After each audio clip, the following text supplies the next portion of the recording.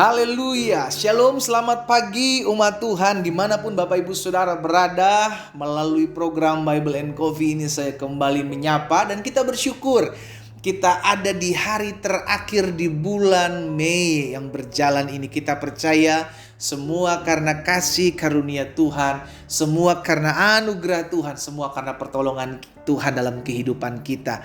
Itu sebabnya kita mau bersyukur kepada Tuhan buat hari yang baru, hari yang Tuhan berikan kepada kita secara khusus hari terakhir dalam bulan berjalan ini. Biarlah kita mau mengucap syukur kepada Tuhan. Kita rindu dan pimpinan Tuhan, kita rindu arahan Tuhan melalui firman-Nya. Dan saudara yang dikasih dalam Tuhan, kembali lagi saya juga mengajak setiap umat Tuhan untuk bersama-sama dengan saya melayani umat Tuhan melalui dunia sosial media dengan cara membagikan kembali renungan singkat ini di akun-akun media sosial kita, sehingga ada banyak umat Tuhan lainnya turut boleh dikuatkan dan turut boleh menerima berkat-berkat Tuhan melalui program Bible and Coffee. Saudara dikasih dalam Tuhan, kita berdoa. Kita datang kepada Tuhan. Bapak, terima kasih buat hari terakhir dalam bulan berjalan ini. Kami bersyukur karena kami tahu semua karena pemeliharaan Tuhan, semua karena anugerah Tuhan, semua karena kasih setia Tuhan. Itu sebabnya hari ini kami juga rindu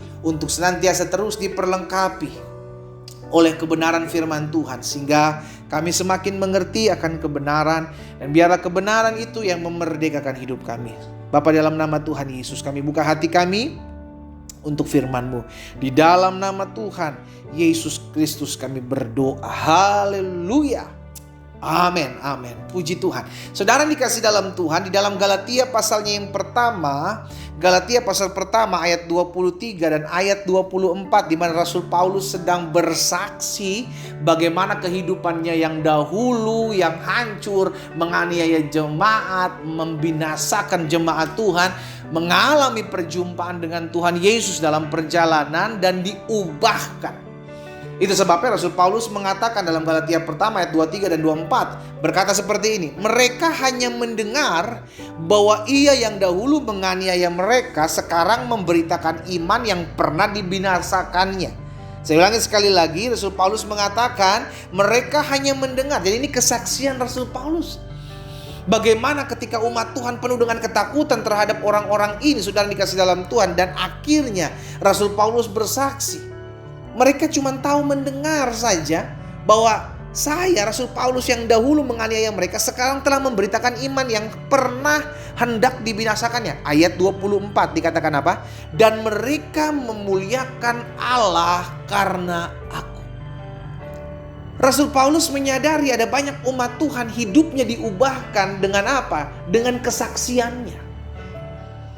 Dengan kesaksian Rasul Paulus bagaimana Tuhan Yesus ubahkan seorang yang penuh dengan kekerasan, kejahatan, kekejaman, kekejian, membunuh orang percaya, diubah.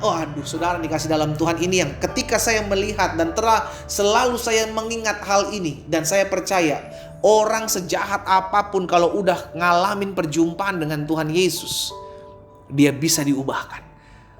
Istri-istri, engkau yang mendengarkan renungan pagi hari ini, suami-suami, engkau yang mendengarkan renungan hari ini, orang tua, engkau yang mendengarkan renungan hari ini, dengarkan firman Tuhan. Kalau Yesus bisa menjamah Rasul Paulus yang sadis, kejam, keji, seorang pembunuh, dia juga bisa mengubahkan suamimu, dia juga bisa mengubahkan istrimu, dia juga bisa mengubahkan anak-anakmu, dia juga bisa mengubahkan mertuamu, dia juga bisa mengubahkan menantumu, dia bisa mengubahkan orang-orang yang kau hendaki untuk bertobat. Dalam nama Yesus. Katakan amin.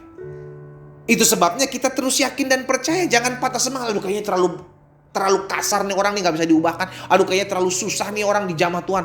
Gak ada yang mustahil buat Tuhan. Rasul Paulus bersaksi, dia yang pernah menganiaya jemaat Tuhan, dia yang pernah menganiaya umat Tuhan, sekarang memberitakan iman yang pernah hendak dibinasakannya. Dan oleh dia mereka memuliakan Tuhan. Mereka memuliakan Allah karena aku. Jadi inilah tujuan hidup orang percaya, saudara dikasih dalam Tuhan. Bagaimana melalui hidup saudara dan saya, nama Tuhan dipermuliakan. Ingat, kita terpanggil untuk memuliakan Tuhan. Kita diciptakan untuk kemuliaan Tuhan. Berarti panggilan hidup orang percaya, tujuan destiny hidup orang percaya adalah mempermuliakan nama Tuhan. Menjadikan hidup kita ini apa?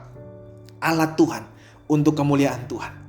Makanya Tuhan Yesus bilang dalam Matius pasal 5 ayat 16, hendaklah terangmu bercahaya di depan orang, supaya mereka melihat perbuatanmu yang baik dan memuliakan Bapamu yang di sorga. Itulah yang menjadi tujuan hidup kita, supaya banyak orang melihat kemuliaan Tuhan melalui hidup saya. Makanya selalu saya bilang, biarlah melalui program Bible and Coffee ini ada banyak orang datang memuliakan Tuhan, dan saudara dan saya mengambil bagian di dalamnya.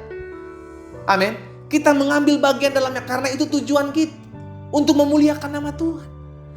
Mungkin kita nggak bisa ngomong terlalu banyak, tapi kita bisa membagikan apa yang bisa kita bagikan yang memberkati banyak orang. Sehingga melalui apa yang kita bagikan, mereka mempermuliakan nama Tuhan. Amin. Kita ada dan tujuan hidup orang percaya adalah mempermuliakan nama Tuhan. Jadi yang pertama, tujuan hidup orang percaya adalah memuliakan Tuhan. Jelas itu panggilan kita diciptakan untuk kemuliaan Tuhan. Yang kedua, tujuan hidup orang percaya jadi berkat bagi sesama. Jangan fokus hanya diri kita sendiri. Saudara dikasih dalam Tuhan, kalau kita hanya fokus kepada diri kita sendiri, kita terlalu kuat menggenggam sesuatu. Sama aja, selalu saya bilang, sama aja dengan kita menggenggam pasir. Engkau semakin menggenggam pasir, engkau akan semakin kehilangan pasir itu. Caranya bagaimana? Bagikan pasir itu. Lepaskan apa yang ada padamu. Belajar untuk share. Belajar untuk menjadi berkat. Karena saudara dikasih dalam Tuhan, kita hidup adalah kesempatan untuk menjadi berkat. Karena hidup ketika kita pulang kembali ke rumah Bapa, kita tidak membawa apa-apa. Apalah yang kita bawa? Apa yang kita bawa? Saya mau tanya, apa yang kita bawa? Apa engkau bisa bawa hartamu segitu banyak? Oh, tapi kan kita bisa meninggalkan buat anak cucu kita. Betul. Tapi minimal engkau bisa jadi berkat selama engkau hidup. Ada banyak orang memuliakan Tuhan ketika melihat setiap kita melakukan apa yang menjadi kebenaran firman Tuhan.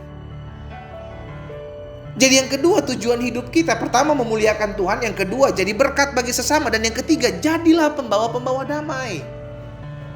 Karena dengan demikian kau akan dipanggil, kau akan menjadi anak-anak Allah. Berbahagialah mereka yang membawa damai. Dengan demikian mereka dikatakan apa? Disebut anak-anak Allah. Ingat 3 tujuan hidup orang percaya. Yang pertama, muliakan Tuhan. Dimanapun kita berada, kemanapun kita pergi, kemanapun kita melangkah, biarlah hidupmu dipakai Tuhan untuk memuliakan nama Tuhan. Sehingga sama seperti Rasul Paulus bilang, dan mereka memuliakan Allah karena aku. Itu pun bisa kita perkatakan melalui kesaksian kita, melalui hidup kita, melalui apa yang bisa kita bagikan. Dan kedua, ingat tujuan hidup kita, jadi berkat bagi sesama. Berkat tidak selalu berbicara tentang finansial. Berkat tidak selalu bicara tentang materi. Engkau mendoakan seseorang, itu jadi berkat buat mereka. Engkau membagikan renungan firman Tuhan, engkau sudah menjadi berkat buat mereka. Engkau mengucapkan doa, engkau menguatkan hati orang lain, engkau sudah menjadi berkat buat mereka. Dan yang ketiga, tujuan hidup kita bagi orang percaya adalah membawa kedamaian. Ingat, kita adalah agen pembawa kedamaian. Karena kita adalah anak-anak Allah. Dimanapun Tuhan tempatkan kita berada, ayo, saya ajak setiap umat Tuhan, ayo jadi pembawa damai. Betul, di luar sana selalu mengadakan memancing-mancing keributan. Tapi itu yang selalu saya bilang, keadaan di luar seharusnya tidak bisa mempengaruhi kita. Kitalah yang mempengaruhi keadaan. Itu sebabnya selalu jadi berkat untuk membawa kedamaian.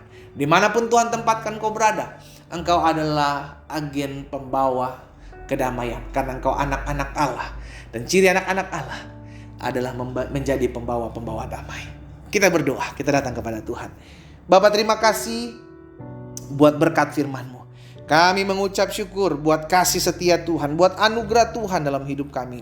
Hari ini kami diingatkan tujuan hidup kami, memuliakan Tuhan, jadi berkat bagi sesama dan membawa kedamaian dimanapun Tuhan tempatkan kami berada. Biarlah itu yang kami lakukan dalam hidup kami, sehingga kemanapun kami pergi melangkah, kami berguna, kami bermanfaat, dan kami hidup mempermuliakan nama Tuhan. Hamba berdoa Buat yang sakit, di dalam nama Yesus Tuhan jamah dan sembuhkan.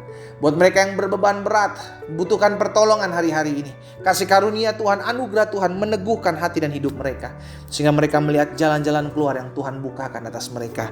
Hamba berdoa di dalam nama Tuhan Yesus Kristus. Haleluya. Amin. Kita nikmati kopi kita, saudara. Haleluya. Ingat, kita hidup ada tujuan. Pastikan tujuan hidup kita tercapai. Muliakan Tuhan, jadi berkat bagi sesama, ciptakan kedamaian. Tuhan Yesus memberkati kita.